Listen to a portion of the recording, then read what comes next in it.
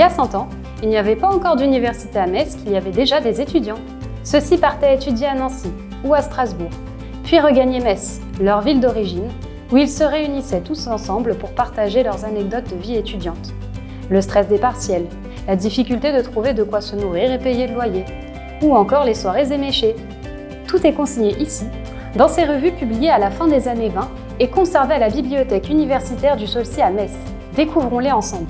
On connaît peu de choses de l'Association générale des étudiants de Metz, si ce n'est qu'elle a été fondée en 1927 et qu'elle a contribué à se faire connaître et à s'exprimer par le biais de cette revue.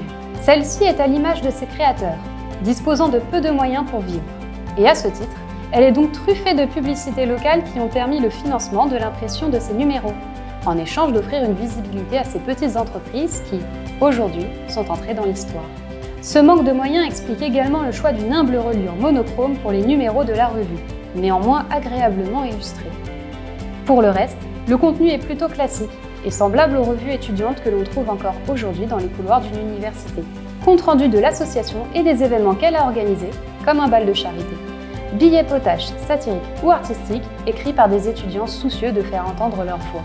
Si on connaît peu l'histoire de la fondation de cette association, on peut en revanche deviner ce qui advient d'elle à travers sa revue, qui change de nom en 1934 pour s'appeler Moselle étudiant et dont le tirage perdure jusqu'en 1977. Après quoi, la trace de celle-ci se perd, mais ses écrits gardent le témoignage d'une histoire étudiante pas si différente de la nôtre aujourd'hui.